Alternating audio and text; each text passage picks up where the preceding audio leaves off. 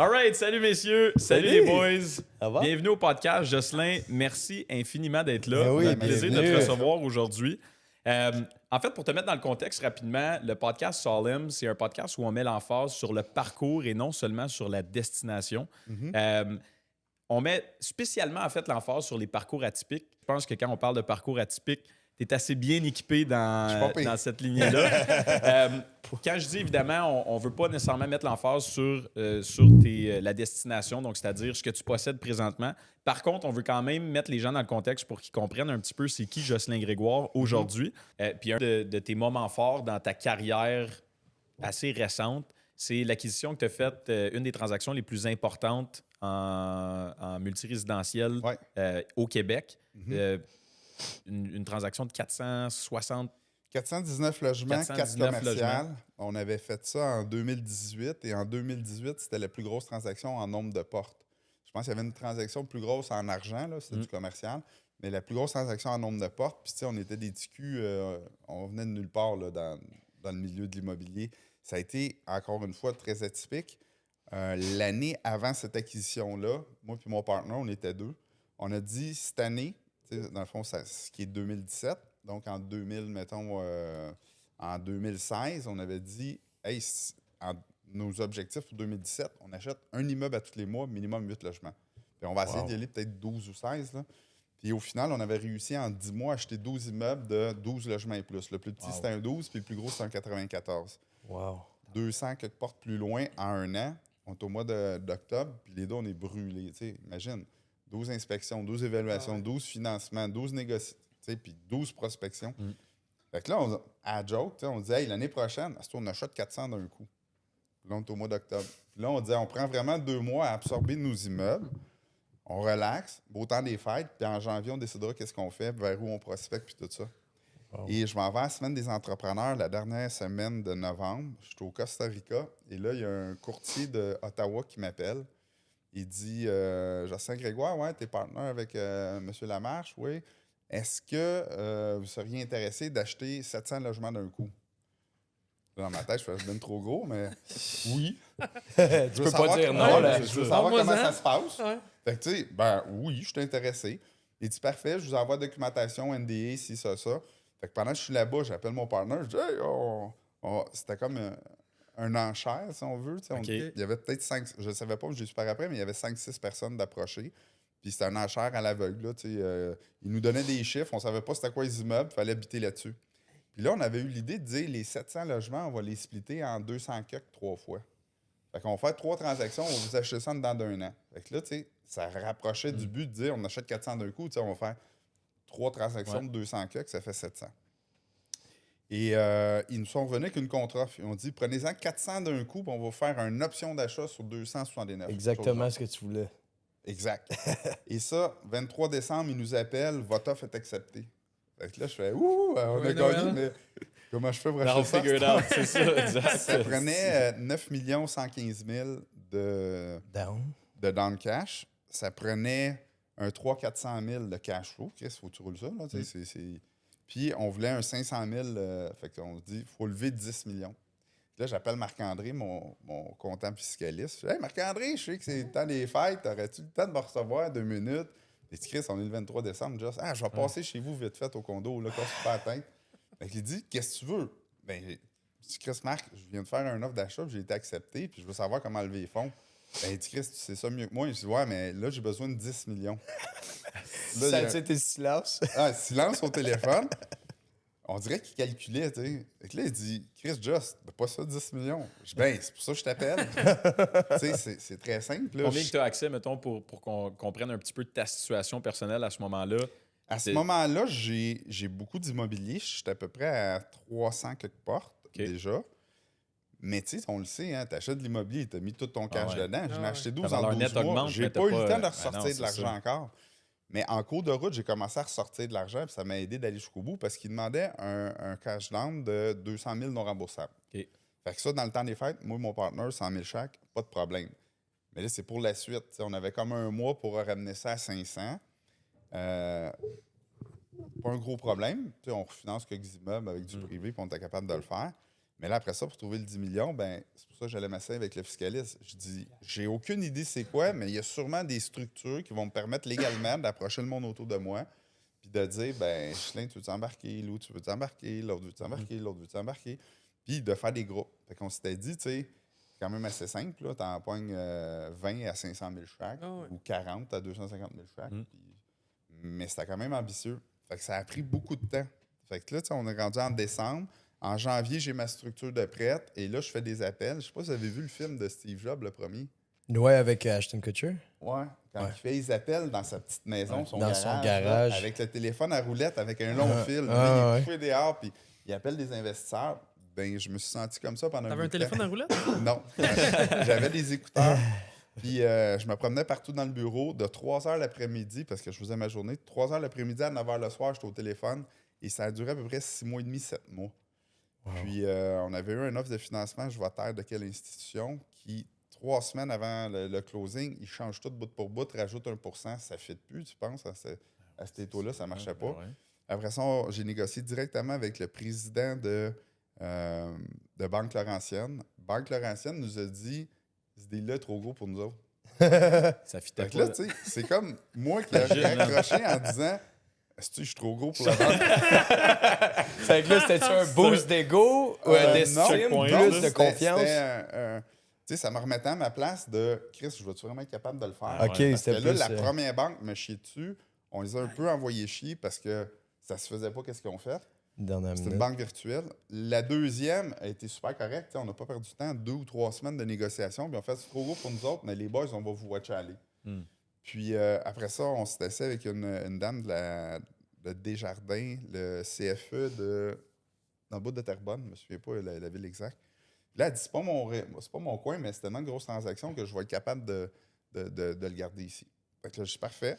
Je travaille avec elle. En 6 semaines, on a levé le financement. Essaye de faire ça aujourd'hui, toi. Et attends, je ne qualifie pas 100% dans tout. Là, j'ai pas l'expérience d'un 419 logements. Je n'ai pas la mise de fonds. Je me présente avec une société en commandite. Fait que ça ne fit pas trop. On est supposé de closer au mois d'août. Pour racheter un mois de plus, on donne 250 000 de dépôt non remboursable. Et là, j'ai pas l'argent. Là. Puis là, je continue. Un mois plus tard, on redonne un autre 250 000. Là, tu pitches, mais là, tu sais même pas si tu vas te rendre... Mais t'avais-tu un deadline? Ben, à chaque fois, le deadline, il allongeait. Fait qu'eux autres, ils calculaient de dire, ben, un retour de 10 sur un actif qu'on va garder, s'ils ne nous l'achètent pas, ça va à peine. Fait que, ça donnait à peu près ça. Fait que là, on donnait 250 000, un mois de plus. Mais là, pendant ce mois-là, j'allais chercher, mettons, 1 500 000, 1 700 000 de plus d'investisseurs. Mais vu que c'était long, j'en perdais 700 000 qui disaient « Hey, moi, fuck, je l'ai placé ailleurs. » Ouais. Puis ça, là, pour de vrai, c'est plate. Si vous donnez votre... Je regardais la caméra. Si vous donnez votre parole à quelqu'un, vous allez placer de l'argent. Avant de la placer ailleurs, rappelez le don. Parce que pour de vrai, c'était décourageant à chaque fois. Le gars, il a le droit de ne pas placer chez nous. Là. C'est correct. Mais quand tu dis oui, tu remplis tous les formulaires, ben avant de le placer ailleurs, rappelle le gars, dis écoute, là, c'est long, si tu me donnes pas un rendement, de moins. Puis j'aurais sûrement dit, au lieu de mettre 250 000 de dépôt de plus, j'aurais sûrement dit, ben je vais commencer à te payer ton rendement tout de suite. Puis c'est arrivé souvent, ça, pendant le processus. C'est arrivé au moins une douzaine de fois. Et tabac, OK. Tu sais, une douzaine de fois, elle coûte 200 000 300 000 ça faisait l'argent qui me manquait. Ça t'étire, là aussi, là, ça t'étire. Ça étirait les délais, puis j'étais obligé d'en réinjecter d'autres. Wow. Mais tu sais, une chance qu'on était deux parce que je craquais Eric me craquait, je craquais Eric. Vous étiez capable de... tu sais, on a pleuré plus qu'une fois. Là. 1 million en jeu, là. Tu dis, Chris, c'est tout l'argent qu'on avait si même pas. On a vraiment tout mis là. Puis, à 2 semaines à peu près du dernier délai, je fais, fuck, on va aller tout de suite financer le reste avec un prêteur privé. Fait que M. Bloom et son neveu nous ont reçus, puis on a fait notre pitch. Et ils m'ont dit, mot pour mot, ils disent, le projet de l'air bon, mais vous nous l'avez présenté tout croche, pas d'expérience. Ils m'ont fait signer un NDA, ils m'ont donné une présentation professionnelle de ce genre de projet-là. Ils ont dit, étudiez ça, puis revenez-nous avec un comparable, mais pour votre projet. Fait qu'on a travaillé jour et nuit pendant 3-4 jours, on est revenu, pow! Puis on était vraiment fiers, là, c'était vraiment fait. On a fait passer un infographe dessus. Ils ont accepté le prêt qui manquait, 4 500 000. Puis, dans le fond, le financement s'est fait à 4 500 000 d'investisseurs, 4 500 000 qu'on avait emprunté chez un privé. Fait que pensez, c'est 450 000 par mois d'intérêt. C'était par année. Donc, tu sais, ça faisait vraiment beaucoup. Puis, ensuite de ça, on avait notre million à nous autres. Fait qu'on est parti là-dessus. Puis on a réussi à closer. Okay. Vous avez acheté cet immeuble-là, en fait, cet ensemble d'immeubles-là. Ouais, c'était 28 immeubles au total. Avec 1 million de votre propre argent. Ouais. Puis c'était combien l'ampleur de la transaction? 1 million c'est ça, 1 million de notre propre argent, mais c'est pas de l'argent qu'on avait. Là. On a pris des actifs qu'on avait, on a mis 3 immeubles ensemble, on dit hey, tu me fais-tu 400 000 là-dessus? Ouais, c'est un peu comme ratio pré-valeur. Ah ouais, donc là. Puis je t'ai toujours payé. Puis, c'est là la relation avec le prêteur privé est tellement importante. Je t'ai toujours payé, ça fait 10 ans que je te fais des prêts avec toi. Je sais que celui-là est un peu crunchy, mais Christy, tu peux pas perdre. Là. Vends les 3 immeubles. OK, t'as raison, ça remplit pas tous mes critères, mais je suis prêt à le faire quand même. Puis comment est-ce que tu as fait pour repayer justement ce prêteur privé-là? À la revente. Parce que finalement, on a gardé juste 2 ans. OK. Nous autres, les investisseurs, on les recevait au début aux 6 mois, puis à un moment donné, on était rendu aux 3 mois. Puis là, on avait des offres de financement, puis on savait plus trop exactement quoi faire. Puis on a fait voter tout le monde. On revend, on achète, qu'est-ce qui se passe, on refinance. Puis, il y a toujours du monde qui veut en avoir plus. Fait qu'il essayait de graffiner. Fait que je te dirais, c'est 30 30 puis un 10 qui dit jamais un mot. 30 sont tout le temps contents, 30 qui donnent leur opinion, mais ça avance à rien. C'est toujours mi figue, mi raisin. De 30 sont tout le temps contents, puis tu as un 10 eux autres sont même pas là. Indifférents, sont même pas là. Fait que le 30 qui ne voulaient pas qu'on garde de gagner, mais en même temps, le timing était bon. On a vendu juste avant la flambée des taux d'intérêt. On a ressorti nos billets plus. Là, puis, on a fait un bon cash là-dessus. Fait que c'est quand même impressionnant. Puis pour moi, mettons, qui écoute ça, je me dis, OK, faire une acquisition de 419 portes résidentielles, il faut que tu sois un investisseur aguerri, il faut que tu aies du gros backing en arrière de toi, il faut que tu aies les poches pleines, faut que tu aies... Tu sais, c'est souvent l'espèce de réflexe qu'on a. 20%. Puis quand on entend cette histoire-là, t'es pas plus créatif que ça pour faire passer un deal, tu sais. Non, 20 c'est dans tes skills d'investisseur immobilier. Il faut que tu connaisses les ratios et ces choses-là. Puis 80 c'est dans le mindset. T'sais, si tu te présentes avec un bon mindset, puis attends, aussi avec de la créativité et des bonnes idées. Si j'avais pas pensé de dire on va lever une structure, je savais pas que ça existait, mais je me suis dit, jamais je créerais, il y a quelqu'un qui a pensé ça avant moi. Fait que je me suis assis avec le fiscaliste, il m'a dit ça serait une structure qu'on a déjà vu ça, des sociétés en commandite qui ont acheté des immeubles. Parfait. Là, j'ai pris un cours accéléré de société en commandite. Comment ça se monte. Et là, tu sais, il y a souvent, on fait des erreurs. Quand le comptable, il te fournit un document parce que c'est une société en commandite, 80 pages à peu près le document. Wow. Mais là, tu le lis en diagonale. Non, moi, je l'ai vraiment lu comme il faut. Puis des notes, puis des questions, puis ça veut dire quoi, puis à quoi ça sert. Puis fallait que je le maîtrise parce qu'après ça, il va falloir que je le vende. Il faut que je vende mon document, Fait que tu étais prêt, tu t'es préparé à ça, en fait, pour être sûr que ça se passe. Fait que tu as dit oui, tu l'as figuré après. Parce que là, tu as ceux qui se préparent trop, puis là, qui vont dire j'attends mes cartes d'affaires, j'attends mon site Internet, je veux courir un marathon, j'attends de m'acheter des nouveaux running. Mais non, on va courir. Tu as une raison d'attendre. Tu as une raison d'attendre. Moi, je suis un peu un mix entre ça. OK, ça me prend une société en commandite, parfait. Je dis go, on part la course. Toi, montre-moi à faire la société en commandite. Toi, donne-moi le cours de droit de société. Toi, dis-moi comment je vais la vendre. Fait que, tu sais, je vais vraiment aller voir les personnes. Puis, tu sais, c'est de mettre l'épaule à la roue. Là, tu sais, commence à creuser ton trou. À un moment donné, tu vas avoir une piscine. T'sais. Ah oui, mais du moment que tu as dit oui, tu es déjà dans l'action anyway. Fait que par la suite, tu sais, je veux dire, toutes les étapes en cours de route, tu es déjà dedans. Tu as déjà dit oui. Là, fait que you gotta figure it out. Tu pas le choix. Moi, j'ai un beau commentaire d'un ami à Luc Poirier à un moment donné. Il me dit tu es un peu comme Luc Poirier. Tu décides qu'est-ce que tu vas acheter, puis après ça, tu trouves l'argent. Ben, c'est un peu ça. Attends pas d'avoir la mise de fonds, attends pas d'avoir l'argent, attends-toi d'avoir le bon deal entre les mains. Puis après ça, c'est sûr, tu vas trouver une façon de le faire. Si le deal est bon, si le deal n'est pas bon, ben, c'est là qu'il va tomber. Puis je fais souvent l'analogie avec le jeu de cartes. Dans un jeu de cartes, tu as 4 as. Tu as le droit de biter sur un valet, mais il ne deviendra jamais un as. Tu comprends? Fait que tu peux acheter une maison ou un immeuble que c'est un valet, comme deal. Mais tu vas rester prêt avec un valet. Avant qu'il devienne un as, ça va être long. Fait que, faire 3-4 transactions par année, c'est déjà ambitieux. Pourquoi tu ne vises pas toujours les as? Puis, des fois, ton as, tu finis par te rendre compte que c'est un valet déguisé. Lâche-les. Cherche l'as tout de suite.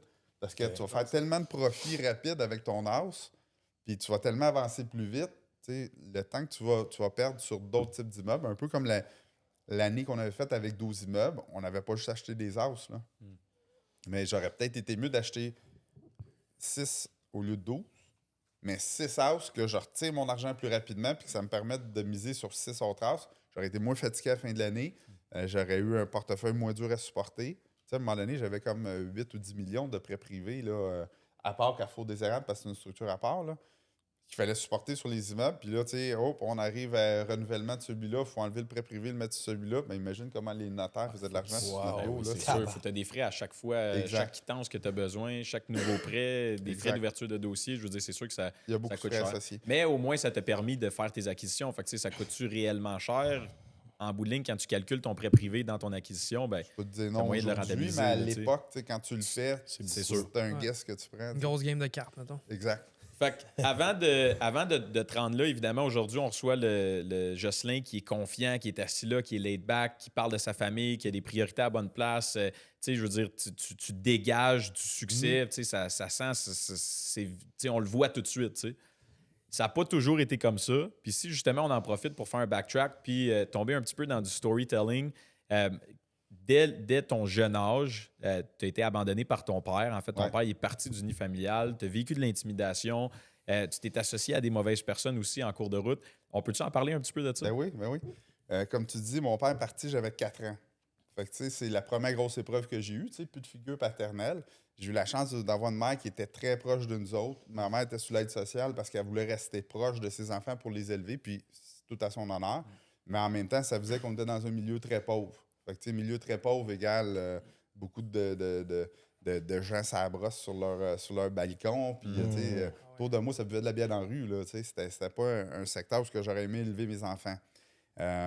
Mais tu sais, ça a été ma première grosse épreuve. Mon père s'en va, on a toute de la peine. On refait une vie à travers ça. Puis moi, je suis quelqu'un qui est résilient naturellement. Je me suis rendu compte à ce moment-là de ça parce que je réussissais à passer à travers tout ça. Sauf que manque de confiance en moi parce qu'il n'y a pas de figure paternelle qui chamaille avec moi puis me laisse gagner, joue au hockey avec moi puis me laisse gagner pour m'apprendre à être un champion, un gagnant. Moi, quand j'arrivais dans les sports, ben j'avais l'impression que je n'étais pas bon. Pourtant, je suis un gars qui est naturellement athlétique, qui est capable de se débrouiller, mais ça a été difficile quand j'étais jeune. Pourquoi? Parce que j'avais probablement moins de pratique. Mais le côté résilient, il est ressorti tout de suite. Mon père, en boisson, rentre à 4 h du matin. Ma mère, elle se chicane avec parce qu'elle dit que ça n'a pas de sens, puis elle avait raison. Il veille la table à l'envers, puis il décalisse. Et là, ma mère pleure dans le salon parce qu'elle voit ses enfants qui se lèvent. Puis moi, je m'en vais la prendre par la jambe. Puis je dis, inquiète-toi pas, maman, on va se trouver un autre papa. Ça, c'est de la résilience. Ouais, tu sais, je n'ai pas choisi d'être comme ça. Fait que j'ai vraiment, tu sais, on dit tout le monde n'est égal. Non, tout le monde a ses forces et ses faiblesses naturelles. Puis ça, pour moi, c'est une force. Je vois ma mère qui a de la peine, naturellement, tu sais, je poigne la cuisse. Toutes les choses qui sont arrivées dans ma vie où est-ce que ça a demandé un gros stress, pour moi, je suis capable de bien réagir. Je suis dans un restaurant avec une fille, on jase, et là, il y a un gars cagoulé qui rentre, tu sais, dans la tête du gars à côté de moi. Hein? Pow! Il tombe à terre. T'imagines-tu? Et là, il y a du monde qui prennent leur chaise à 2 mains comme une chèvre, puis ils se pitchent sur le côté avec. Et ils shake à terre de même avec la chaise. Là, je me lève dans le brouhaha, puis là, j'ai le tireur qui est à côté de moi, et je vois la fille qui était avec moi qui s'en va comme l'affronter, mais tu sais, c'était sa façon, elle, de faire la chèvre, là. Fait qu'elle se lève, je la pogne, je la couche sur moi. Puis là, tu sais, elle est comme couchée sur ma cuisse. Et là, je vois le tireur. Puis tu sais, je fais juste détourner le regard en voulant dire décalisse, puis ça me paix. Mais tout ça avec un calme. J'ai même pas oublié mon cellulaire, puis mon manteau. Juste pour te dire. Et là, je n'ai une bonne. Il n'y a pas de moment de panique. Joke, mais il faut que je vous le compte. Moi, je panique. Moi, je couche la fille sur mes cuisses. Et là, après ça, cette fille-là raconte ça à sa fille.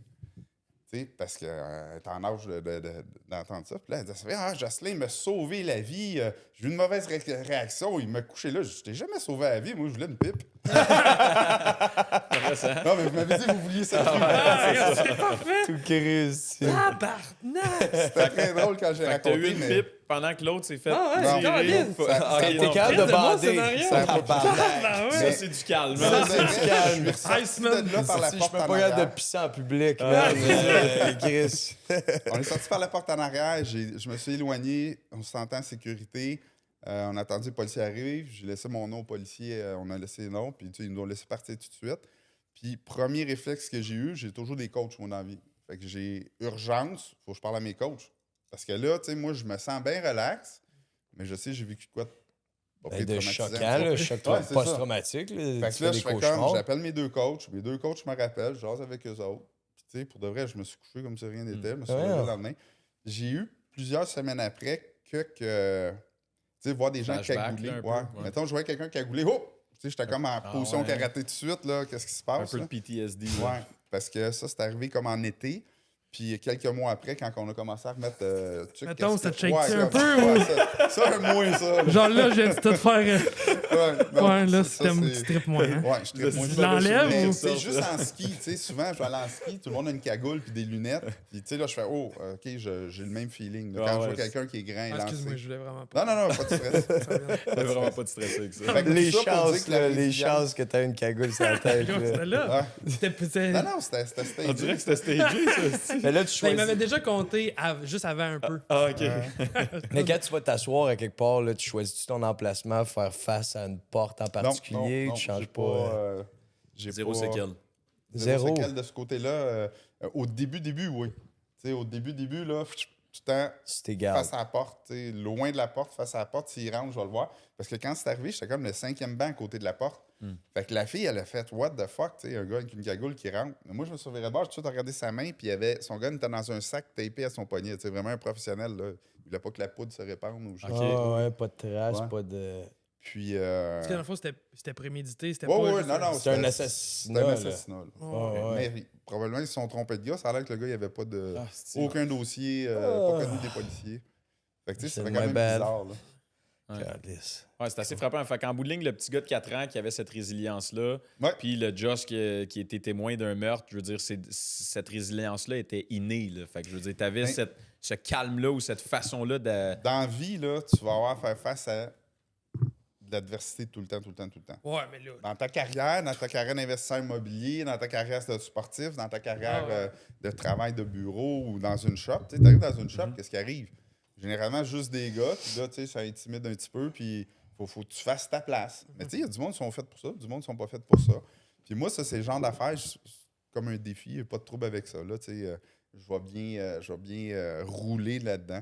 À un moment donné, je fais, avec mon ex-femme, on a essayé de toffer ça longtemps, là, la mère de mes enfants. Fait qu'on était longtemps en thérapie de couple. Puis, tu sais, moi, c'était tout le temps, ah, c'est pas grave, c'est facile, puis tout. Mais mon ex, c'est pas ce côté-là. Fait que, tu sais, quand que j'étais en séance individuelle, le psy, il me chicanait, il me disait, toi, Joss, il dit, tu vas être heureux n'importe où. Tu sais, t'étais en prison, t'étais heureux. T'étais sorti de prison, t'étais heureux. Pourquoi? Parce que tu t'adaptes à ton environnement. La Troisième Guerre mondiale, elle apparaît, là, ben, tu vas trouver une façon d'être heureux à travers ça. Mais il faut que tu comprennes que c'est pas tout le monde qui est capable de faire ça. Puis ça, tu sais, avoir de l'empathie dans la vie, c'est un bout qui est plus difficile pour certains, tu sais. Puis il y a différents types d'empathie, là. Fait que, tu sais, faut faire attention à ça. Puis dans mes relations humaines, ben, ça n'a pas fonctionné avec mon ex parce que j'avais vraiment pas cette empathie-là. Tu sais, moi, je suis hyper résilient.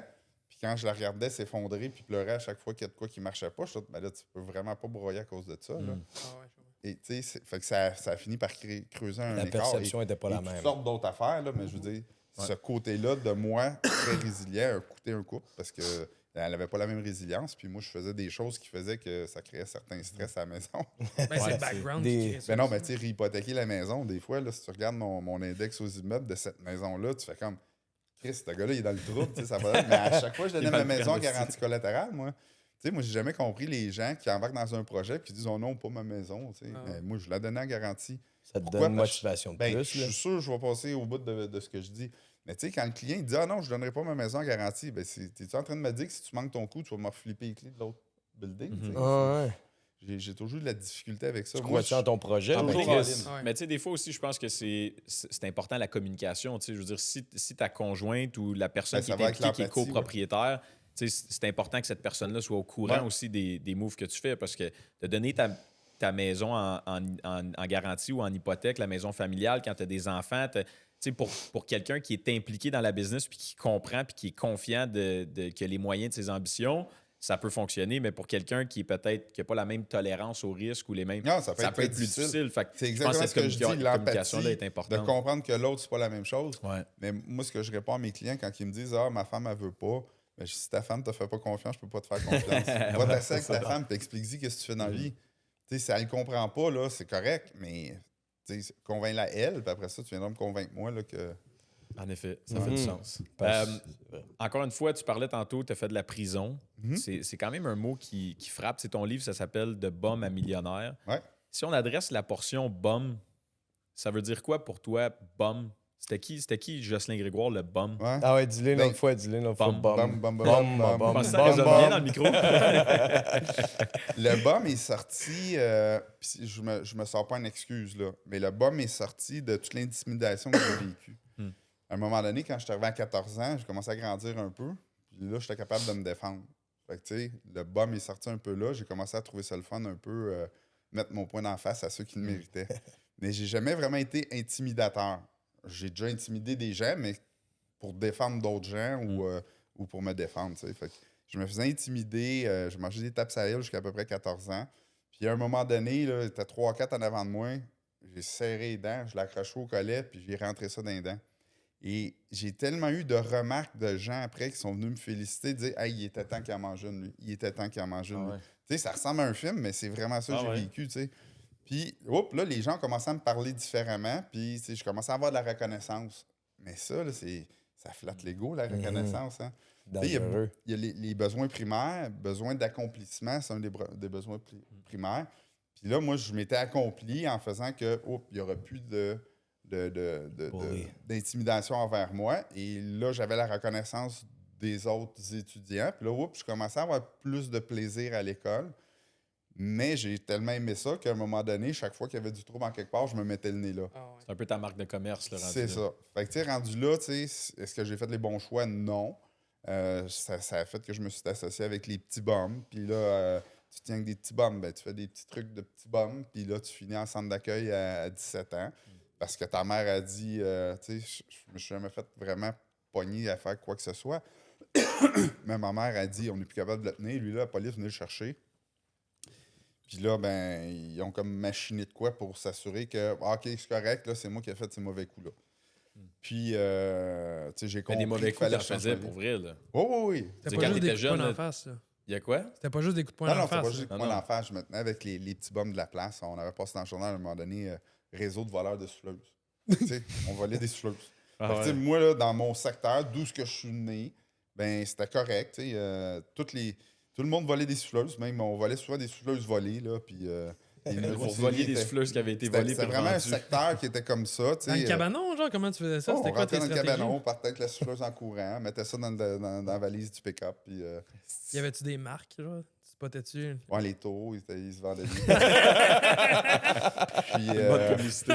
Je savais que c'était stagé. Là, Ah, ça, c'était stagé. non, mais c'était comme ça dans ce coin-là. Puis, tu sais, tous les gens que je rencontrais, où est-ce que je bâtissais des belles relations. Puis, tu sais, il faut pas oublier, j'ai jamais eu de père. Fait que là, quand je rencontrais des hommes un peu plus vieux qui, eux autres, roulaient à gamique puis qui me donnaient de l'importance, ben là, Figure paternelle. Manipulateur, je tu me sentais profites bien. justement de Du cette. côté de mon père qui était pas là, j'étais pas proche de mes oncles, mais mes oncles, c'était aussi des bandits. Fait que là, Il disait que t'étais fier, tout ça te craquait c'est encore ça, plus. ça me craquait encore plus, puis tout ça. Fait que là, tout ça m'amène à la première phase, le centre d'accueil. 1 an d'internet en centre d'accueil. Je sors de là, puis tu sais, je suis sur une bonne lancée. Je vais suivre un cours. Je me dis, ben, tu sais, je vais faire de quoi de ma vie. Puis, Fait que t'as 18 quand t'es sorti, là, t'étais ouais, un homme. 18 et des poussières. J'ai 18 au mois de septembre, je sors au mois de novembre, puis au mois de janvier, je suis en cours, je suis un cours pour devenir entrepreneur. OK. Fait que Académie de l'entrepreneurship, je suis le cours. Je suis le dernier qui est rentré, comme je suis arrivé comme 3 jours en retard, parce que ça commençait, mettons, le 9 janvier. Moi, j'étais faire mon inscription le 9, puis je suis arrivé le 10, 11, 12. Puis je suis le premier que son plan d'affaires était fini. Puis je suis le premier qui était lancé en affaires. C'est vraiment day-to-day, là, je travaillais 40 heures semaine dans ma business. C'est quoi ta business à ce moment-là? Je faisais de la réparation d'asphalte, du scellant pour asphalte. J'avais acheté une petite compagnie à travers le cours. J'avais fait des contacts, puis je m'étais ouvert la grand gueule. Puis, un peu comme quand j'ai acheté le 419, j'avais pas ce qu'il fallait, j'avais pas d'argent, mais j'ai mis un pied devant l'autre. Puis à un moment donné, j'étais propriétaire d'une petite compagnie que j'avais payé 30 000. Mais à l'époque, 30 000, c'était quand même beaucoup. J'avais 2 prêts, un prêt de 15 000 sur 6 mois, puis un prêt de 15 000 sur 30 mois, quelque chose du genre. Desjardins m'avait financé ça. Puis, ça faisait quand même un gros paiement par mois pour l'époque. Là, on remonte, ça fait 20... Ça fait 30 ans, non? 30 ans, c'est ça? En quelle année? Oui, ça fait 30 ans. Aïe, aïe, aïe. Vous En faites 92? Ouais. En 92? Ouais, Ça fait 30 ans. calvaire. Déjà. Oups. Fait que ça fait 30 ans. Première entreprise, je l'ai gardée pendant à peu près 7-8 ans. Et ça roule encore. Je l'ai vendu à quelqu'un qui l'a vendu à quelqu'un qui l'opère encore. T'es-tu sérieux? Ouais. Ben, ils ont changé le concept un petit peu, ils ont changé les équipements, mais c'est le même. C'est encore dans l'asphalte. Fait que là, tu faisais du scellant, là, comme la peinture Ouais. là, pour, sur Dans le fond, l'asphalte, là, les cracks. On puis, réparait les cracks, on réparait les trous, on mettait un scellant. Fait que des fois, c'était sur des asphaltes neufs, des fois, c'était sur des vieilles. Fait que ça, c'était porte-à-porte la vente? Ouais. Ah, Ouais, bonne ça, c'est une compagnie. belle école. Ben oui, absolument. Ça, c'était incroyable. Là. Je me souviens des fois, il fallait que je fasse mon paiement. Je partais à 7 h le matin. Et là, porte-à-porte, avec mes bottes de construction, mes jeans tout crottés, il faisait chaud au soleil. Puis là, porte-à-porte. Puis pas avant 6 h le soir, je réussis à pogner un deal. Parce que pense-y, là, à 18 ans, là, j'ai pas une shape d'homme, j'ai pas de barbe, moi, là, parce que j'en ai déjà. Je n'ai pas, puis j'ai presque 50 ans, là, mais j'avais pas de barbe pendant tout à cette époque-là. Là. Fait que là, j'avais l'air d'un kid qui essayait d'avoir des contrats. J'avais pas l'air tellement sérieux. J'avais pas vraiment de moyens. Fait que mon matériel publicitaire, il était presque inexistant. Fait que c'était vraiment une vente. Bonjour, madame, j'aimerais ça vous aider. Votre asphalte fait dur, elle va être belle. Puis t'es fait sur le spot, là. Ah oui. Ouais, t'as Puis là, ton truck qui te je la suit. partais et là, j'avais un employé qui commençait à nettoyer l'asphalte. Et là, quand mon moteur partait, ça faisait plus sérieux. Tu sais, il y avait un moteur 5 forces qui faisait du bruit. Ah ouais. Fait que là, je cognais aux voisins. Puis là, je souhaitais que les voisins ça aille là parce que là, ils voyaient qu'on existait pour de vrai. Puis, tu sais, comme l'événement, je te parle, ça vraiment presque 12 heures de porte à porte pour finalement pogner. Puis, j'ai continué à travailler jusqu'à temps qu'il fasse noir. Ça me prenait à peu près 45 minutes de faire une entrée. Et là, les voisins faisaient ah, OK, moi aussi. Puis là, jusqu'à temps qu'il fasse noir. Et là, le lendemain, ben, j'en avais 2-3, j'avais pas eu le temps de faire, mais je prenais le temps de les laver pareil à noirceur. Je disais, je peux pas y shooter parce qu'il fait noir. Pourquoi? Parce que je voulais partir ma machine tôt le lendemain. Puis le commitment déjà est fait. T'as déjà commencé le travail, donc eux, ils peuvent pas back out. Fait que c'était drôle. Tu sais, des fois, j'étais à des coins de rue sans prendre de contrat. Oups, des fois, 8 en ligne. Ah ouais, direct. vraiment... C'est ça, c'est le meilleur outil. On en a fait du porte-à-porte, moi, puis Lou, beaucoup. Puis quand tu signes, il s'agit que tu aies un nom dans la rue ou une personne qui embarque. Puis après Jones ça, Effect. Exactement. Après ça décolle, là, tu sais. Fait que là, j'ai eu un petit peu de succès, mais rien pour me mettre riche. Tu sais. Je faisais un petit peu plus d'argent que les gens autour de moi, évidemment, à mon âge. À ton âge. Tu sais, des gens de 22-23 ans, là, à cette époque-là, des gens qui faisaient 100 000 par année, c'était quand même assez rare. Puis, c'est saisonnier aussi, là? Oui, c'est saisonnier. Mais ça, c'était un autre de mes problèmes. C'est que là, l'été, je travaillais fort, j'avais les poches pleines. L'hiver, j'avais rien à faire, je dépensais ça dans les bars. Et là, dans les bars, je fais des mauvaises rencontres. Fait que, tu sais, des gens plus ou moins recommandables, sauf que tu tiens un petit peu avec ces gens-là, tu fais rien de trop louche, mais au final, ben, tu rentres dans un bar gratis, les soirées coûtent pas trop cher, le nightlife était le fun, puis j'ai eu une belle vingtaine. Ça a passé pas mal. Je me suis vraiment bien amusé, ce qui m'a reporté à une autre période d'incarcération. Dans ces bars-là, à un moment donné, je me suis battu, une conduite dangereuse, puis je me suis ramassé en prison pour à peu près 18 mois, là. Quand même. Non-stop, après ça, 9 mois de transition. Puis c'était plus mes relations 18 mois avec straight, là. Ouais. 18 mois Ben, dedans. tu sais, quand tu arrives Sans en libération succès. conditionnelle, ton crime a beau pas être grave, si les policiers ont été faire un rapport à l'effet que tu tiens que du monde pas recommandable, ben là, T'es à ils posent des risque. questions là-dessus, tu sais pas trop quoi répondre, tu as de l'air épais. Fait que là, ils te reportent ta libération, puis ils te reportent, puis là, à un moment donné, tu fais beaucoup plus de temps pour ça. Tu veux pas donner Mais en le même nom, temps, non. tu sais, je suis content que ça ait duré ce temps-là parce que ça m'a permis de vraiment faire le switch. Tu sais. Mon premier 1 an de centre d'accueil m'a permis de garder des bonnes bases, mais tu sais, j'avais rien compris parce que j'ai retourné, tu sais. Ah ouais. Aujourd'hui, je peux dire que probablement, je ne retournerai jamais, à moins qu'il arrive un événement très grave à mes enfants, puis je pète les plombs, là, mais tu sais, je veux dire, dans mon comportement quotidien, il n'y a aucun risque que ça arrive. Mais on ne sait jamais. Mais puis, très fier de dire que la semaine prochaine, je fais ma demande de pardon. Oh, wow! Fait que, tu sais, le pardon, ça a l'air de rien, là, mais C'est gros, c'est une tâche d'enlever. Là. Ouais, c'est une grosse étape parce que le gouvernement, avant, c'était 5 ans. Là, pour ça, c'est 10 ans, mais c'est pas 10 ans après ton crime. Tu sais, tu fais un crime, tu passes 4 ans pour te faire juger. Fait que là, 4 ans plus tard, tu es jugé. Tu pognes 3 ans de prison. Fait que c'est 3 ans de prison plus 3 ans de probation. Fait que là, c'est 10 ans de plus. Wow. Fait que là, ça fait 20 ans la dernière fois que j'ai fait un crime et je suis éligible à mon pardon Wow, la félicitations. semaine prochaine. Un gros moment, une bonne façon de tourner la page, je pense aussi. Là. Oui, ben, tu sais, avec tout ce qui est arrivé dans ma vie aussi, à travers ça, les autres épreuves, l'entrepreneuriat, le business, les échecs en affaires, les bons coups, les mauvais coups, puis tout ça, ben, je pense que je suis rendu où est-ce que je fais comme c'est cool que ça arrive là parce que j'ai jamais eu un temps où je me sentais aussi bien, puis pas de pression de réussir. Tu sais, à un moment donné, tu réussis, tu mets un petit peu de côté, tu as un petit peu d'argent qui rentre passivement, puis tu te dis, je ferais juste faire ça, là, je suis capable de vivre. Je veux quand même avoir des beaux véhicules, je veux voyager, je veux grossir ma business quand même. Mais je pourrais dire, ben, je suis capable de subvenir aux besoins de ma famille sans trop travailler pour le reste de mes jours. Mais étant donné que j'ai des gros projets, ben... Tu es un go-getter aussi, puis d'arrêter ça complètement, ça te ferait peut-être plus de malheur que de j'ai bonheur. Besoin d'épanouissement dans ma vie, je l'ai dit tantôt, j'ai besoin de m'épanouir, puis je m'épanouis comment? Ben, je m'épanouis quand mes enfants réussissent, mais à un moment donné, si je reste en arrêt d'eux autres à pousser pour qu'ils réussissent, ben, ils vont peut-être être malheureux. C'est comme le père au hockey qui arrache les bandes. Là, Il veut qu'ils réussissent, mais en même temps, laisse-les réussir tout seul, faire ses essais-erreurs. Fait que j'ai appris ça aussi, il faut les laisser faire ce qu'ils ont à faire. Puis ben, moi, d'un autre côté, j'ai plein d'autres projets. On a des projets dans le même secteur que vous autres, sur du chalet. On a des projets dans le multilogement. Je veux grossir le fonds d'investissement qu'on a justement pour aider plus de gens parce que, ça a l'air de rien, mais quand je commençais à faire du prêt privé, je faisais beaucoup de consolidation de dettes.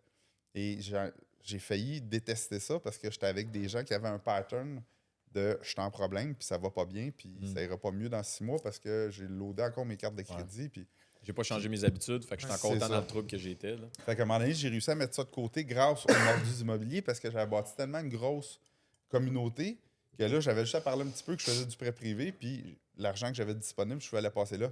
Et là, ça devient le fun. Tu passes à quelqu'un, puis son premier flip, c'est la première fois qu'il fait 50 000 d'un coup. Et là, à l'époque, on allait encore au notaire. Et là, j'étais là avec lui au notaire quand il recevait son premier chèque de 50 000. Imagine tout le bien que ça fait dans toi de savoir que cette personne-là, puis là, il refait un autre deal avec toi, puis l'autre refait un autre deal, puis tu permets aux gens de se libérer financièrement, de donner plus à leur famille. Ça change de vibe qu'il y a du monde dans le trouble, de travailler justement avec du monde dans des situations positives. Puis si on revient rapidement, là, justement, quand tu es allé en prison, avant d'aller en prison, tu avais des liens avec des gangs? Mettons des gens du crime organisé. Des gens du crime organisé. Juste pour ça qu'ils ne cognent pas à la porte chez nous. Il ne faut pas que ça connaisse trop. Non, mais tu sais, c'est comme dans tout. Tu as la moitié de ces gens-là qui c'est des psychopathes bizarres, puis tu as la moitié qui sont comme là, mais tu sais, qu'il y a quand même du bon monde là-dedans. J'ai plus aucun lien avec eux autres, zéro, aucune affiliation.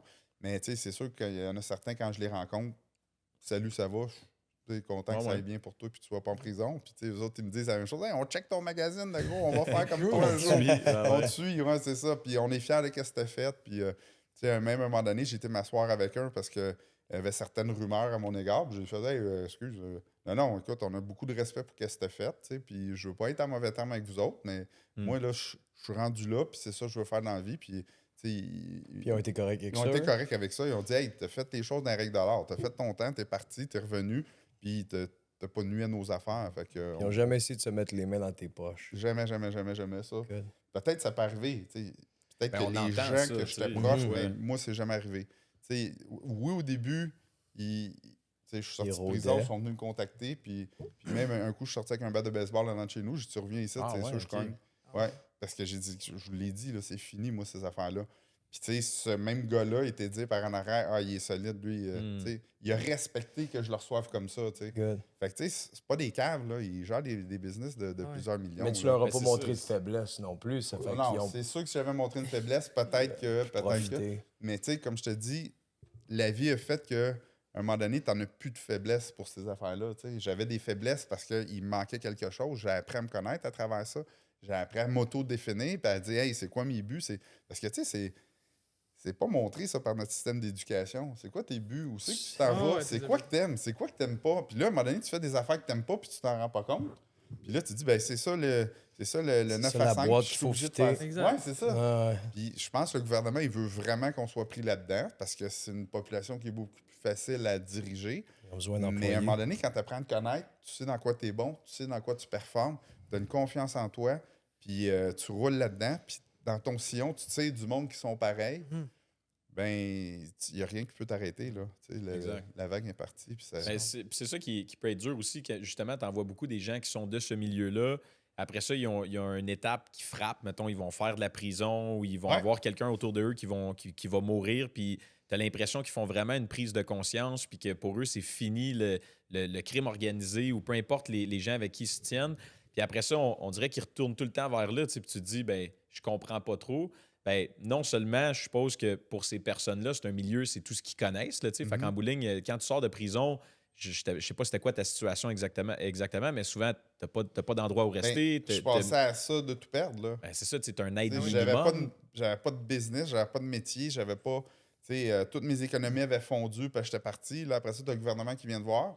Là, il dit « Ouais, tes impôts, c'est louche un peu. » Là, tu fais comme « Bon, je vais essayer de me débrouiller, mais j'avais pas de bac en comptabilité. Wow. Et là, paf, ils m'ont grugé le dernier 50 000 qui me restait. Et là, tu t'en rends pas compte, mais moi, je me trouvais bien fin. Je prends une entente avec Revenu Québec. Je dis « Hey, là, 50 000, c'est fini. » Là, je repars à zéro. 2 semaines après, Revenu Canada m'envoie un bill de 50 000. Ah, Moi, j'ai jamais pensé à ça. Boîte, Il y en a deux gouvernements. Ça va être Là, plus tu sais, loin. la- Fédéral, moi, j'appelle ça la provincial. mafia. Là. T'as la mafia du Québec, la mafia du Canada. C'est bon. Puis, tu sais, je devais rien, mais je n'étais pas équipé pour me défendre. Tu sais, T'avais-tu des actifs quand t'es mon rentré? avocat qui me défendait, il dit ben, gars, tu vas gagner, là, mais ça va coûter 50 000 l'avocat. Ben, je vais, t'as bien raison, signe tout de suite, puis tu sais, je paye ton petit bill. Fait qu'il dit, tu sais, c'est sûr que tu vas gagner, mais là, ils t'ont en grippe. Pourquoi? Parce que la police du crime organisé, ils t'ont pris en grippe pour ta libération conditionnelle. Maintenant que tu es sorti, ils disent, on va être sûr qu'on va le mettre à terre, on va envoyer ça à Revenu Québec. Puis là, ils ont fait un avoir net. Là, j'avais trop d'actifs pour ce que j'avais déclaré, mais il me faut remplir un paquet d'affaires que j'aurais pas dû remplir moi-même. Là. J'avais pas les c'est ça qui compétences arrive. pour remplir ça. Là. Fait que j'ai essayé de me débrouiller moi-même puis de dire j'irai pas voir de professionnel. Et la preuve qu'il y a un bon professionnel, tu sais, ça Ah ouais, m'apprend. Là. Les ça l'aide. courtiers, les comptables, les courtiers hypothécaires, c'est vraiment important. En Puis effet. on parle souvent du crime organisé négativement. Puis, je veux dire, est-ce qu'il y a quelque chose. J'ai hâte d'entendre ça. Non, non, mais est-ce qu'il y a Toi, quelque chose que ça t'a t'as- apporté? Est-ce que, tu sais, souvent, il y a une expérience là-dedans que, encore aujourd'hui, tu retiens des trucs de cette phase-là de ta vie puis que tu l'apportes positivement à ta vie d'aujourd'hui? Tu sais, il y a plein de petits détails, mais je pense que c'est partout pareil. Tu sais. C'est un milieu où tu n'as pas le choix d'être franc, honnête et transparent. Parce que tu sais, ceux qui sont pas francs, honnêtes, transparents, on le voit dans les journaux, ils meurent. Ouais. Tu comprends? Puis moi, j'ai toujours eu ce côté-là facile. Mais à l'époque que j'étais dans ce milieu-là, des fois, je t'approche de recevoir des tapes à la gueule parce que j'étais trop franc, honnête, transparent. Ouais. Puis, tu sais, encore aujourd'hui, quand je me promène dans le milieu de l'immobilier, tu sais, parce que, tu sais, fais le parallèle. L'écosystème de l'investissement immobilier au Québec, tu sais, tu as 4-5 groupes. Ben, l'écosystème des motards, tu as 4-5 groupes, c'est la même affaire. Non, C'est fou, la pareil. mafia, les motards, c'est La toute la même hiérarchie. affaire. Mais la même chose, va dans Hockey Québec, va dans Baseball Québec, c'est tous des écosystèmes. Puis là, ben, tu te fais une place à travers ça. Moi, à un moment donné, j'ai décidé de me faire une place dans l'écosystème de l'investissement immobilier. Tu sais, je sors de prison, j'ai lu le livre de Jacques Lépine. J'envoie un courriel à Jacques Lépine. Je pense que c'est le premier courriel que j'envoyais. Tu sais, je connaissais pas ça. Et il me répond. Je dis, ben, voyons donc, le gars qui écrit des livres me répond. Je me sens important. Il m'invite à sa soirée mensuelle. Je vais à sa soirée mensuelle. Puis, en pas grand temps, là, j'ai loadé mes cartes de crédit de formation. Puis, je m'en vais à la semaine des millionnaires. Et je ne suis pas millionnaire pantoute. Mais j'ai le sentiment d'imposteur, moi, là-dedans. Tu sais, pour de vrai, dans ma tête, je suis un bandit. Je commence à mettre des vestons trop grands pour moi pour aller là. Puis, qu'est-ce que je fais avec un veston? Fait que. On t'a T'étais-tu en cuir, le veston, ou il était... Non, en cuir, pas de manche. Avec une tête de mort dans le dos. Non, pas du tout. À la semaine des millionnaires, je m'en vais masser. Je me rappelle, genre, qui est en dessous d'un petit tipi. Il est assis sur une chaise longue et je m'assis dans le sable en avant de lui. Je dis, hey, on peut-tu jaser 5 minutes? Faudrait que je te parle. Et là, je déballe mon sac d'un coup. Parce que, tu sais, Sans retenue. sans retenue. Puis là, tu sais, même que je parlais tellement qu'à un moment donné, genre, qui se marrait. Tu sais, en voulant dire, tu sais, je vois que ça te fait du bien. là, Ouais. puis- Fait qu'il dit, tu sais, Joss, il dit, c'est pas important d'où tu viens. L'important, c'est où est-ce que tu t'en vas. Puis il dit, ça fait pas longtemps que je te connais, ça te va faire, tu sais, mettons, je commençais en septembre le coaching, puis là, on était février, je pense qu'on avait été dans le sud. Ça fait pas longtemps que je te connais, mais tu es le premier arrivé à chacun des événements, tu es le dernier parti, tu es ouvert, tu jases, tu te donnes tes trucs, t'aides, tu partages ton crayon. Il dit, j'ai tout vu ça, là, je sais que tu n'es pas une mauvaise personne. Mais il dit, maintenant, si tu regardes en ligne droite, puis tu veux faire de l'immobilier, avoir du succès là-dedans, c'est sûr que tu vas avoir du succès là-dedans. Tu avais du succès dans ce que tu faisais avant, tu vas avoir du succès là-dedans, mais reste, Tony Robbins, il dit, c'est immersion totale, tu sais, reste immergé total. Fait que là, moi, j'allais à toutes les formations. Puis, tu sais, au Club des investisseurs immobiliers, il y a comme une promotion qu'il faisait, c'est, si tu n'as pas compris, tu peux revenir aussi souvent que tu veux à un cours. Et là, moi, il m'avait mis il m'avait callé un genre de meeting pour dire, hey, Joss, y a-tu de quoi qui marche pas? Parce que, tu sais, le cours de flip, t'es rendu à 6 fois. Je dis, tu sais, quand tu fais ta promotion, c'est écrit, tu peux revenir aussi souvent que tu veux. Je dis, moi, je viens ici, il y a du café gratis, des bains gratis, puis 30 investisseurs immobiliers dans la même salle. Moi, je donnais ma carte de prêteur privé à tout le monde. Je réécoutais le cours. Les gens posaient des questions différentes. J'apprenais de quoi de nouveau. J'avais le choix chez nous à Netflix ou, puis à l'époque, ils donnaient les cours sur Cuir et Poirier à Longueuil, ou à genre 10 minutes de route, je passais la soirée là, moi j'ai des bains gratis, puis rencontrer des investisseurs immobiliers. Le calcul est simple. C'était un no-brainer pour moi, là. Mes enfants étaient très jeunes, fait que, tu sais, après le souper, ils s'étaient couchés tout de suite. Fait que j'ai fait comme, non, on m'en va là, moi, puis... Ben, tous les mardis soirs, c'était le cours de flip. Je l'ai fait 6 mois en ligne jusqu'à temps qu'ils m'appellent. Là, je me suis gardé une petite gêne, puis j'ai reparlé avec Jacques. L'administration en place m'avait dit ça. J'ai reparlé avec Jacques. Il dit, non, tu viens quand tu veux, tu l'as payé, tu as le droit, puis ça finit là. Ah, correct, Ça marche Jacques. encore, ben ouais. Ouais, c'est ça. Fait que t'es retourné 12 autres fois. Ben, peut-être pas 12, mais tu sais, j'ai essayé d'agrandir mon cercle d'influence. Pensez, il y a 30 investisseurs immobiliers. C'est pas tout comme moi, là. J'étais pas mal le seul qui allait à toutes les formations. T'sais, ceux qui l'avaient fait une fois, ils ne retournaient pas. Mais pour de vrai, j'apprenais de quoi de nouveau à chaque fois. Parce que je l'écoutais différemment, parce que je n'étais plus la même personne, parce que je m'étais développé en immobilier puis je comprenais plus les termes, parce que quelqu'un va poser une question différente. Je faisais un nouveau contact. Ben, toutes ces petites pépites d'or-là, je mettais ça dans mes poches puis je m'enrichissais au niveau de mon intelligence immobilière. J'adore les pépites. Ouais, exact. Cet aspect-là compétitif, justement, parce que tu as l'air d'un gars que quand tu t'y mets dans quelque chose, tu y vas jusqu'au bout, puis tant aussi longtemps que tu n'as pas cross the finish line, tu n'arrêteras pas, là, tu sais. Si tu étais resté dans le milieu criminel avec ces organisations-là, est-ce que tu penses que ça aurait pu être d'autant plus dangereux pour toi parce que justement, tu as ce mindset-là de foncer au bout? Est-ce que tu penses que tu aurais pu gravir les échelons puis peut-être te rendre même dans une dimension qui aurait été dangereuse? Je me suis déjà posé la question, puis je savais à ce moment-là que je n'étais pas à la place où je devais être, sans le savoir. Je sais pas si tu comprends, là. Ouais. Tu sais, inconsciemment, dedans de moi, je savais que c'est pas ça que je voulais faire, mais ça me permettait de subvenir aux besoins de ma famille. Puis, fait que, tu sais, je l'ai toujours fait avec, tu sais, juste un orteil dans l'eau, là. Je me suis jamais mouillé comme il faut. Je suis toujours resté low profile, loin de ce que je voulais pas, dans le fond. Puis, tu sais, tranquillement, pas vite, ben, tu sais, les événements de la vie t'amènent où est-ce que tu veux. Puis, tu sais, moi, quand j'étais kid, pour de vrai, j'ai regardé les blocs autour de moi, puis je trouvais ça beau. Mais, tu sais, l'architecture des blocs des années 70, c'était pas beau. Mais moi, je trouvais ça beau. Aujourd'hui, je comprends pourquoi. Parce que je catchais que c'était une source de revenus sans le catcher trop. Tu sais, moi, je trouvais ça beau. Je disais, mais oui, c'est être prospère. Les seuls beaux chars qui venaient sur ma rue, c'était les propriétaires qui venaient collecter le loyer le premier du mois. That's it. Sinon, il n'y avait pas de beaux chars. Puis moi, très vite, j'ai compris être prospère, c'est être propriétaire. Être prospère, c'est être propriétaire. Puis c'est vrai que c'est ça, tu sais. Autant pour ta maison personnelle, que pas tout le monde qui est d'accord. Il y en a bien qui disent que c'est une dépense. Moi, je dis c'est mettre de l'argent de côté forcé. Ça coûte plus cher qu'un logement, oui, mais il t'en reste plus à la fin aussi. Fait que c'est une façon aussi de se bâtir un patrimoine. Fait que, tu sais, quand j'étais jeune, je comprenais que c'était ça. Puis j'ai jamais eu le guts, tu sais, d'aller vers ça parce que c'était plus facile ailleurs. Puis à un moment donné, tu sais, la prison, en fait, tu sais, je veux-tu voir mes enfants grandir à travers une vitre ou ben non? Fait que là, tu sais, c'était wake-up call, là. Je pensais que j'étais fin, j'étais bon, j'étais intelligent, mais je me suis quand même ramassé en prison. Fait que je suis pas mieux qu'un autre, là. Tu sais, dans ce milieu-là, ils se ramassent en prison, ils viennent fous ou ils meurent. Fait que, tu sais, t'as 3 options, là. Il n'y a personne qui vit jusqu'à 99 ans en santé à jouer avec ses petits-enfants, là. Fait que, tu sais, j'ai tout de suite fait, non, faut que je fasse d'autres choses. Puis, tu sais, l'immobilier, ben, ça m'a sauvé, dans le fond. Wow. Fait que, tu sais, aujourd'hui, on a 2000 logements en construction à Gatineau. Wow. On a 92 terrains pour faire du chalet locatif.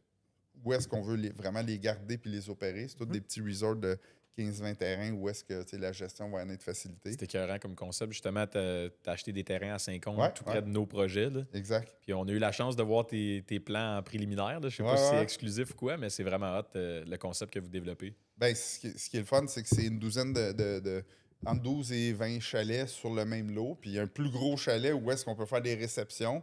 Fait que, tu sais, moi, je voyais ça beaucoup comme ma personne familiale. Tu imagines, là, tu as le chalet qu'on appelle le clubhouse, où est-ce que là, tout le monde soupe ensemble à Noël, mais toute ta famille a un chalet autour. Tu reçois ça. Tu fais la même chose avec ton équipe. Tu sais, lac à l'épaule un week-end. Paf, tu as toute la place au complet pour toi. Fait que, tu sais, c'est un concept, un mariage. Tu sais, dans les saisons d'été, un mariage, on fait une grosse crise de terrasse, ça peut se faire dehors. Il y a le clubhouse, si jamais il mouille, sinon tout le monde couche là. sais, ceux qui veulent venir, ceux qui veulent pas venir. J'ai une autre passion, l'hélicoptère. Chacun des concepts va avoir un hélipad. L'autre, t'arrives en hélicoptère. Ça vient d'où, cette passion-là? Un peu comme l'immobilier, je sais pas d'où ça vient, mais depuis que je suis jeune, moi, voir un hélicoptère, ça m'excite. Pas une affaire de casser sur un hélicoptère. Hey, là. crime. Et justement, c'est Pav possible, veut pas vrai. s'en faire un hélipad à Saint-Adolphe. Qui ça? Pav voulait s'en Ah ouais, faire ben c'est ça, il un doit hélipad, là. Faudrait Ouais. qu'il parle. Moi, j'ai commencé à triper là-dessus. Puis là, j'avais suivi des cours, j'étais occupé beaucoup, j'avais arrêté. Puis là, j'ai recommencé cet automne. Je suis très frileux, fait que j'ai arrêté au mois de décembre, il faisait trop frais. C'est un aéroport, là, faut que tu fasses ton walk-around de l'hélico, ça peut prendre 20 minutes.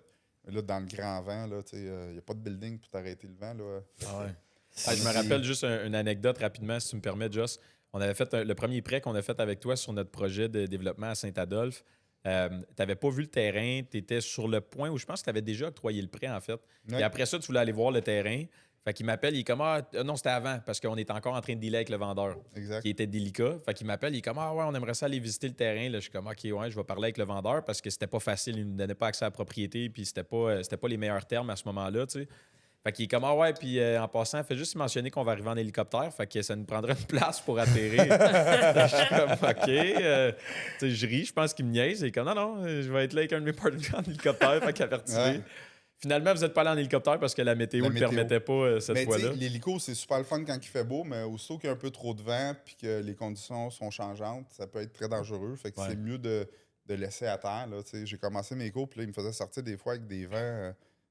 T'échappes l'hélicoptère, là, ça tombe. Là, tu sais, c'est pas, Ah ouais, ça plane pas là, comme un avion. Là. Aïe, aïe, aïe. Ben, oui puis non, là, mais je veux dire, quand tu pognes le vent de côté puis t'es pas haut, ça peut être... ça peut être dangereux c'est ça, vite, ça peut là. virer Puis assez une fois vite, que tu là. tournes le même, là, C'est tu... ça. Moi, je l'ai échappé une couple de fois, mais tu sais, elle fait ouf, ouf, ouf, ouf.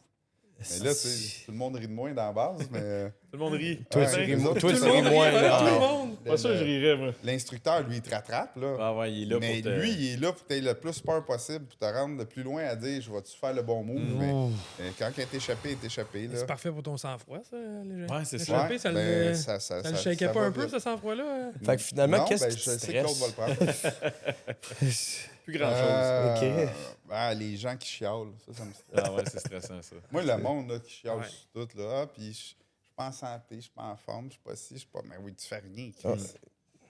Tu Tu peux leur donner Aide-toi 12 un peu, là. solutions, mais Ouais. il y en a pas une qui fait la job. là. Ouais, c'est mais exact. moi, c'est pas pareil. Ah, Ouais, boy. Moi, j'ai Ouais, mes... c'est pas pareil. C'est mes glandes. Si, en fait, là, si on peut finir ça, parce qu'évidemment, notre temps tire déjà à sa fin. On veut respecter déjà? ton temps. On est déjà privilégié que tu aies passé ce temps-là avec nous puis que tu aies fait c'est tous gentil les de partages vous que tu nous as fait Vraiment. aujourd'hui. Si on veut finir ce podcast-là de façon frappante, puis je te remets la parole, comment on finit ça, Joss? Ben moi, je vais essayer de peut-être inspirer les gens de façon frappante. Tu sais. Peu importe où ce que vous êtes présentement, peu importe ce que la vie vous a amené, c'est sûr que si vous décidez ardemment de réussir, si vous prenez le temps de mettre vos buts sur un papier, de les écrire, il y a plein de recettes tu sais, qu'on entend parler, les routines matinales, etc., des recettes qui sont faciles, des petits trucs qu'on attend sur TikTok, sur Facebook. Tu sais, ne serait-ce que d'écrire tes 20 plus gros buts. Puis après ça, de dire les 3 qui vont changer ta vie. Entoure ça. Puis fais-toi un plan d'action. Prends le temps de faire ces choses-là. Trop facile de tomber assis devant Netflix, Amazon Prime, etc., etc. Je le fais moi aussi. Il faut que je mette à off de temps en temps. Mais si à tous les matins, tu prends ta première heure, tu te lèves plus tôt. Il n'y a personne qui peut t'empêcher de te lever plus tôt. Tu dis, j'ai pas de temps, là, lève-toi 1 heure plus tôt. Ouais. Tu vas avoir vite, tu vas te coucher plus tôt. Naturellement, puis tu Ouais. ne perdras rien parce que le soir, généralement, c'est Netflix parce que c'est fatigué.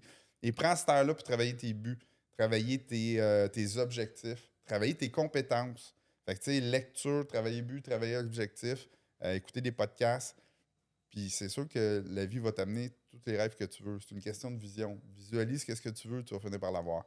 Fait que Absolument. Si Amen. si Wow. je peux impacter quelqu'un avec ça, ben... Puis même une chose que tu as très bien faite, si je peux rajouter sur tout ce que tu viens de dire, say yes and figure it out later. Ouais. Tomber dans l'action, dis oui, puis tu le figureras après. Tu vas trouver des solutions. Une fois que tu as dit oui, après ça, tu es Committed. acculé au pied du mur, tu es obligé de le faire arriver, comme tu l'as si bien fait au cours de ta carrière. Puis Ouais. autant que ça t'a causé du stress par bout, que ça t'a permis de connaître le succès que tu connais aujourd'hui. Fait que félicitations pour ça. Merci de ta Félicitations. vulnérabilité Merci. aussi. Merci des Super partages beau que tu studio. fais. Merci. Vraiment super sharp. Merci de t'être déplacé encore une fois. Puis au plaisir de reprendre cette discussion-là éventuellement, puis Quand vous d'aller voulez, les encore gars. plus dans le détail, Oui, certain. puis de continuer à travailler avec toi, évidemment, sur nos différents projets. Yes. Hey, Merci, salut Mister. les Merci, les boys. boys. Lou, Merci. Joe. Good job. Salut Joe. les mecs. Good show. Merci d'avoir écouté. J'espère que vous avez apprécié. Assurez-vous de vous abonner à nos différentes plateformes de réseaux sociaux, à votre plateforme de podcast préférée, ainsi qu'à notre page YouTube pour rester à l'affût des prochains invités et entrevues. À bientôt!